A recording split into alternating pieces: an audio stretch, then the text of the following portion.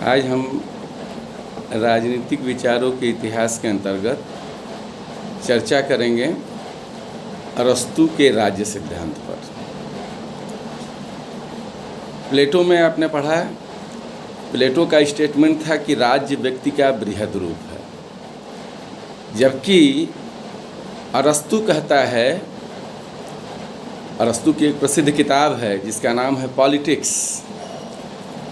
पहला विचारक है जिसको कहा जाता है father of science, father of political science, father of philosophy और फादर ऑफ ऑल साइंसेज। तो अरस्तू ने अपने पॉलिटिक्स में जब राज्य पे विचार करता है तो वो कहता है कि राज्य परिवार और गांव का एक संगठन है। मतलब पहले परिवार से बढ़ के गांव हुआ, फिर सब गांव मिलकर राज्य बने। इसलिए राज्य को वह एक सर्वोपरि संस्था मानता है।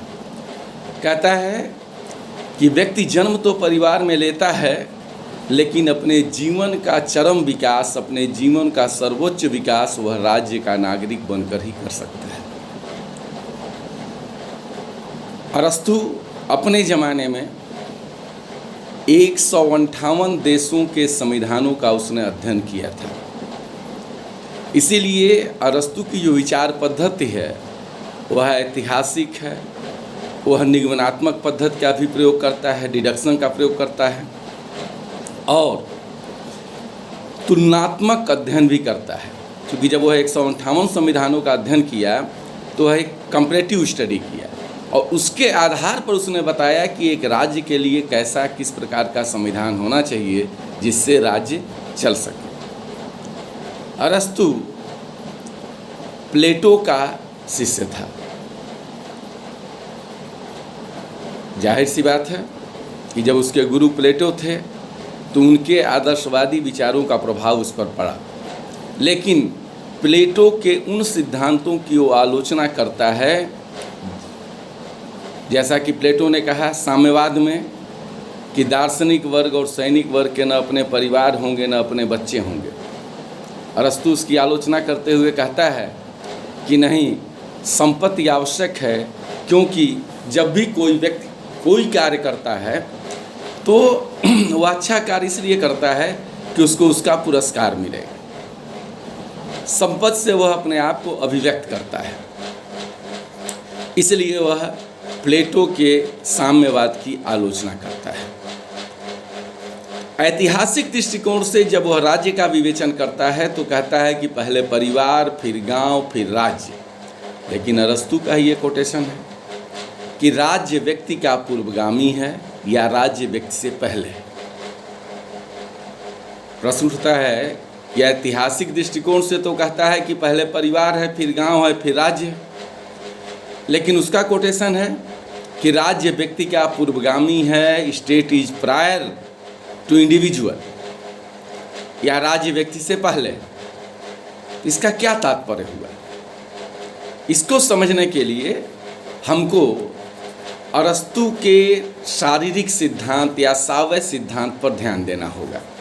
अरस्तू कहता है कि जैसे हम किसी भी व्यक्ति के किसी अंग की कल्पना उसके शरीर के अभाव में नहीं कर सकते। जैसे हम किसी गाय का जब विचार करेंगे तो मेरे विचार में गाय का सिर्फ पैर नहीं आएगा, गाय का कान नहीं आएगा, गाय की पूंछ नहीं आएगी। जब भी हम विचार करेंगे तो एक आकार आएगा कि हाँ ये गाय है। शेर पे जब हम विचार करेंगे तो शेर का पूरा आकार आएगा।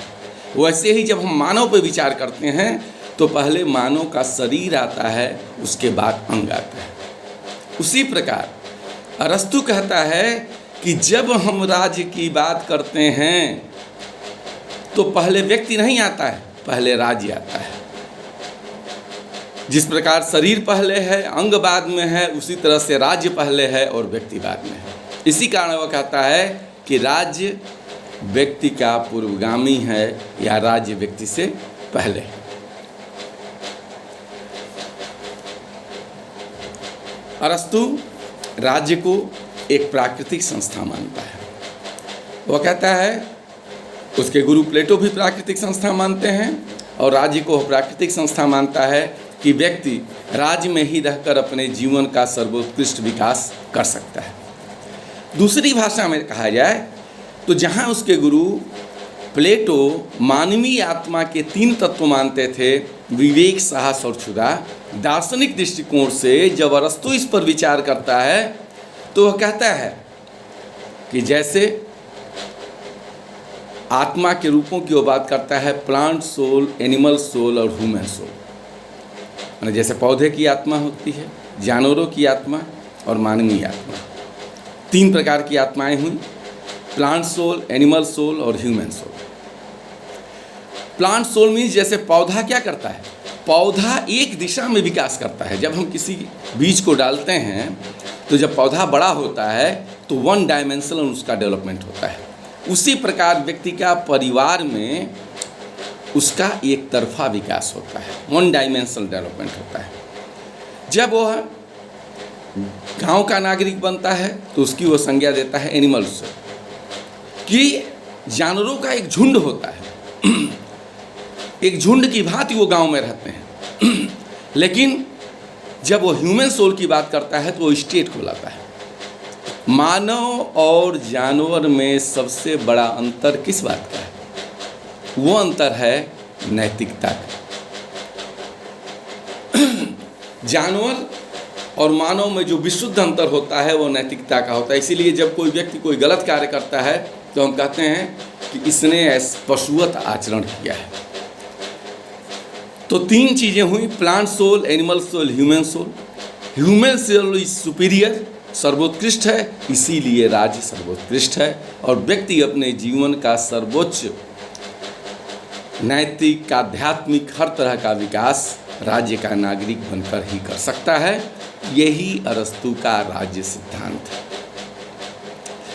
अब आपको आश्चर्य होगा कि अरस्तु के समय में दासता प्रचलित थी। दासता के बारे में आज हम दासता को बड़ा खराब दृष्टि से देखते हैं, लेकिन अरस्तु दासता को भी एक प्राकृतिक संस्था मानता है। वह कहता है दास कौन होते थे? दास वो होते थे जब कोई राज्य दूसरे राज्य पर आक्रमण करता था तो दूसरे राज्य के जो व्यक्ति बंदी बना लिए जाते थे उनको दास बना दिया जाता था। अरस्तु कहता है नागरिक को, कहता है स्वामी, कि जो नागरिक हैं वो राज्य के क्रियाकलापों में भाग लेते हैं, लिहाजा ऐसे लोगों के पास पर्याप्त अवकाश होना चाहिए, पर्याप्त समय होना चाहिए जिससे वो अपने राजकीय दायित्वों का निर्वहन कर सके। आज भी आप देखेंगे बड़े बड़े जितने अधिकारी होते हैं, मंत्री होते हैं, उनको आप देखिए, उनके सेवादार होते हैं, उनका चपरासी होता है, उनका खाना बनाने वाला होता है। क्यों? कि अगर ये सेवाएं उनको न दी जाएं तो वो अपने शासकीय क्रियाकलापों को नहीं कर पाएंगे। तो शासकीय क्रियाकलाप समुचित रूप से हो, इसलिए उनके पास नौकर की व्यवस्था हो। उसी रूप में अरस्तु कहता है कि दासता वैसे ही अनिवार्य है जैसे राज्य अनिवार्य है। इसलिए दासता प्राकृतिक है और दासता का होना आवश्यक है। और अरस्तु दासता को भी एक प्राकृतिक संस्था मानता है जिससे कि स्वामी को अवकाश मिल सके और वह शासकीय और राजकीय क्रियाकलापों में अपने को शामिल कर सके, अपना कार्य बेहतर ढंग से कर सके। दूसरी बात, जब अरस्तु बात करता है राज्य की तो कहता है कि राज्यों में भी परिवर्तन होता रहता है और अरस्तु परिवर्तन में ही स्थायित्व का गुण ढूंढता है। और वो कहता है कि पूरी दुनिया परिवर्तनशील है और परिवर्तन करके अपने सर्वोच्च विकास को प्राप्त करना चाहती है। ऐसे में अगर मान लीजिए कि कहीं राजतंत्र है तो कहता है कि इसका खराब रूप क्या हो जाएगा कि एक राजा होगा, जब वो बदमाश हो जाएगा तो क्या हो जाएगा, अधिनायक हो जाएगा। जनतंत्र है, अगर जनतंत्र बिगड़ गया तो भीड़तंत्र में बदल जाएगा। इसलिए अरस्तु स्वयं में कुलीन तंत्रात्मक शासन प्रणाली को सर्वोत्कृष्ट मानता है। एक आश्चर्य और आप लोगों को होगा कि आज हम जो क्रांति का रूप लेते हैं, क्रांति का तात्पर्य हम समझते हैं, क्रांति का मतलब होता है व्यवस्था में परिवर्तन। लेकिन अरस्तु जब अपना क्रांति सिद्धांत देता है तो वह क्रांति को रोकने का उपाय बताता है कि क्रांति को किस प्रकार रोका जाए। और अरस्तु इस पर विचार करता है कि किसी भी राज्य में आखिर में क्रांति होती है तो उस क्रांति के पीछे का मूल कारण क्या है। अरस्तु जब ये खोज करता है तो वो पाता है कि क्रांति का सबसे बड़ा कारण होता है जब लोगों को लगे कि उनके बीच में पदों का असमान वितरण हुआ है। तो पहला पॉइंट क्या हुआ? पदों का असमान वितरण, अर्थात योग्यता के अनुसार उनके पदों को न मिलना।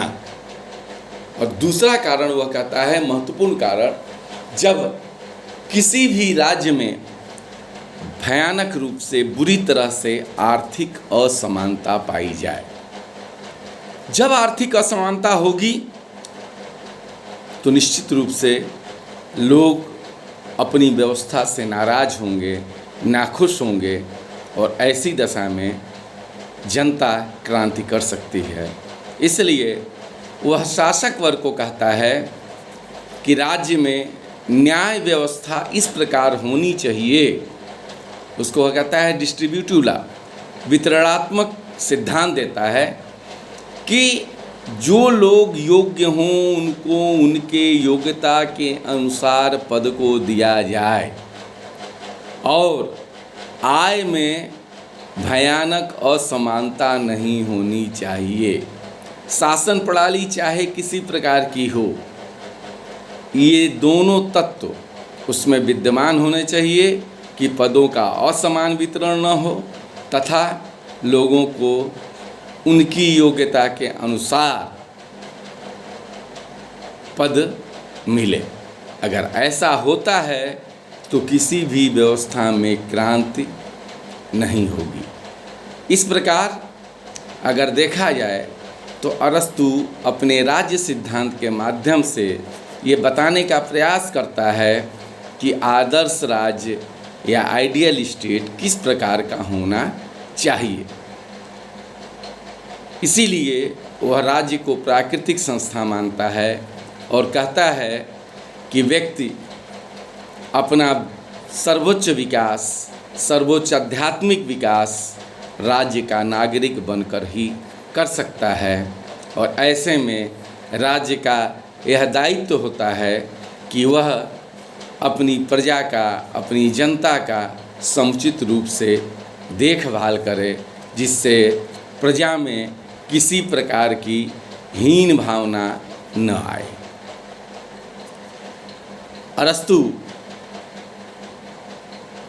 चूँकि दर्शन शास्त्र का भी बहुत बड़ा विद्वान था, दर्शन का पिता उसको कहा जाता है, तो वह दार्शनिक विवेचन जो करता है अपना, उसमें भी वो कहता है, जैसे प्लेटो ने कहा था आइडिया ऑफ गुड, कि हर व्यक्ति अपने जीवन में चाहता है, हम उसको कह सकते हैं कि आत्मा की सर्वोच्च आकांक्षा होती है उस परम तत्व परमात्मा की प्राप्ति, जिसको हम भारतीय दर्शन में कहते हैं कि हमारे जीवन का अंतिम लक्ष्य होता है कि हमको मोक्ष की प्राप्ति मिले। अरस्तु भी अपने दर्शन में यही चाहता है कि किस प्रकार अपने जीवन में व्यक्ति नैतिक विकास करके अपने जीवन का चरम आनंद ले सकता है। और इसके लिए वो कहता है कि यह केवल और केवल राज्य में संभव है। इस प्रकार दो चीज़ें आपको स्पष्ट होनी चाहिए। प्रश्न जब भी पूछे जाएंगे तो एक तो टिप्पणी में पूछ दिया जाएगा, कोटेशन रहेगा, राज्य व्यक्ति का पूर्वगामी है, अरस्तु व्याख्या कीजिए। यहाँ पर आप स्पष्ट रूप से दिखाएंगे कि राज्य व्यक्ति का पूर्वगामी है, क्योंकि यहाँ पर अरस्तु राज्य का आंगिक सिद्धांत देता है, ऑर्गेनिक कॉन्सेप्ट देता है कि जिस प्रकार शरीर पहले होता है उसका अंग बाद में होता है, उसी प्रकार राज्य पहले है और व्यक्ति बाद में। आप कोई फॉर्म भरते होंगे, कोई एग्ज़ाम देते होंगे तो आपसे पूछा जाता है, या कहीं आप विदेश में जाएं, हु आर यू, आप क्या बोलेंगे? आप बोलेंगे आई एम एन इंडियन, इसलिए कि वो आपकी पहचान है कि आप भारतीय हैं। तो यहाँ पे क्या है, पहले देश। फॉर्म में भी आप लिखते हैं कि क्या है, भारतीय, तब आप लिखेंगे कि यूपी के हैं, यूपी में कहाँ के हैं तो कुशीनगर के हैं, कुशीनगर में कहाँ के हैं, किस गांव के हैं, किस तहसील के हैं। लेकिन आपकी मुख्य पहचान क्या हुई? मुख्य पहचान आपकी अपने देश से हुई। यह अरस्तू का कार्यात्मक सिद्धांत है। तो दो पक्ष हुए, एक ऐतिहासिक दृष्टिकोण से राज्य बाद में आता है, पहले परिवार है, फिर गांव है, फिर राज्य है। और जब कार्यात्मक दृष्टि से हम विचार करते हैं तो राज्य पहले है और व्यक्ति बाद में। तो 2-3 प्रश्न इसमें बन सकते हैं। एक प्रश्न ये आ सकता है कि अरस्तू के राज्य सिद्धांत की विवेचना कीजिए। तो उसमें आपको दोनों चीज़ों को देना पड़ेगा कि ऐतिहासिक दृष्टिकोण से अरस्तू राज्य के बारे में क्या कहता है और कार्यात्मक दृष्टिकोण से राज्य पर किस प्रकार विचार करता है। दूसरा, एक शॉर्ट क्वेश्चन आपसे पूछा जा सकता है कि अरस्तू की दास्ता सिद्धांत पर अपना विचार स्पष्ट करें। जैसा कि मैंने अपने लेक्चर में बताया है, आपको ये सिद्ध करना पड़ेगा कि किस प्रकार से दास्ता एक प्राकृतिक संस्था है, क्यों दास्ता आवश्यक है, किस प्रकार स्वामी को या नागरिकों को राजनीतिक क्रियाकलाप करने के लिए अवकाश मिल पाए, उस अवकाश के लिए दासों का होना आवश्यक है। इस प्रकार एक प्रश्न ये पूरा हो जाएगा। और ये एक प्रश्न और पूछा जा सकता है कि अरस्तू के क्रांति सिद्धांत पर अपना विचार स्पष्ट कीजिए। जाहिर सी बात है, ज्यों ये प्रश्न पूछा जाए कि क्रांति सिद्धांत पर अपना विचार स्पष्ट कीजिए, आपको स्पष्ट करना होगा कि अरस्तू जब अपने क्रांति का सिद्धांत देता है तो किसी व्यवस्था परिवर्तन की बात नहीं करता है, वरन क्रांति को रोकने के उपाय बताता है। इसमें मैंने आपको पॉइंट बताया था कि 2-3 चीज़ें हैं। आय की असमानता, अर्थात आर्थिक असमानता ज़्यादा न हो, और दूसरा पदों का असमान वितरण। जब इस तरह की व्यवस्थाएं होंगी तो निश्चित रूप से उस राज्य में क्रांति की पूरी संभावना होगी। तो शासन प्रणाली चाहे कुलीन तंत्रात्मक हो, राजतंत्रात्मक हो या लोकतंत्र हो, तीनों प्रणाली में शासन तंत्र को इस बात पर विचार करना पड़ेगा कि लोगों में आर्थिक असमानता बुरी तरह से व्याप्त न हो और पदों का असमान वितरण न हुआ। इस तरह से ये आपका अरस्तू का ये विचार था। 2 चीज़ें और मैं बताना चाहूँगा आपको कि बार बार एक चीज़ आती है दर्शन में, राजनीतिक विचारों में, एक शब्द आता है डिडक्शन, एक आता है इंडक्शन। निगमनात्मक पद्धति और आगमनात्मक पद्धति। निगमनात्मक पद्धति होती है जैसे जब हम कहते हैं कि 3 + 2 = 5, 4 + 1 = 5, देन वी कैन से कि 3 + 1 = 4 + 1। 3 धन 2 बराबर 5, 4 धन 1 बराबर 5, इसलिए हम कह सकते हैं कि 3 धन 2 बराबर 4 धन 1। यहाँ पर हमने क्या किया, तर्क के आधार पर अपनी बातों को सिद्ध करने का प्रयास किया। तो जब कोई विचारक इस विधि का प्रयोग करता है तो इसको हम कहते हैं निगमनात्मक पद्धति, एक वैज्ञानिक विधि होती है। और जब हम कहते हैं कि अमुक विचारक ने आगमनात्मक पद्धति का प्रयोग किया है, तो आगमनात्मक क्या होता है, जब हम बहुत सी बातों को सामान्य रूप में देखते हैं और एक विशेष निष्कर्ष निकालते हैं तो इस पद्धति को हम कहते हैं आगमनात्मक पद्धति। जैसे जब हम कहते हैं कि सभी कौवे काले हैं, इसका मतलब क्या हुआ कि हमने अभी तक कोई सफ़ेद कौवा नहीं देखा, जहाँ देखा काले कौवे देखे, तब हमने क्या कहा, सभी कौवे काले हैं। जब हम कहते हैं मनुष्य मरणशील है, मीन्स जो व्यक्ति पैदा होता है उसको एक दिन मरना होता है, क्यों कि अभी तक हमने कोई ऐसा व्यक्ति देखा ही नहीं जो मरा न हो। जिस दिन एक व्यक्ति मिल गया ये बात गलत सिद्ध हो जाएगी। तो सामान्य चीज़ों को देखकर जब हम एक विशेष निष्कर्ष निकालते हैं तो इसको कहते हैं हम आगमनात्मक पद्धति। और ऐतिहासिक पद्धति की जब हम बात करते हैं तो इसमें क्या होता है, इसमें हम इतिहास का सहारा लेते हैं और इतिहास के सहारे अपनी बातों को सिद्ध करने का प्रयास करते हैं। तो इसलिए ये मैं आवश्यक समझता था कि आप लोगों को ये चीज़ समझा दी जाए, क्योंकि जब भी आप जाएंगे तो उसमें आएगा किस विचारक ने ऐतिहासिक पद्धति का प्रयोग किया, निम्नात्मक पद्धति का प्रयोग किया या आगमनात्मक पद्धति का प्रयोग किया। तो इन पद्धतियों के बारे में आपको जानना आवश्यक है।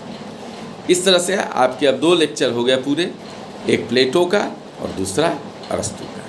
धन्यवाद।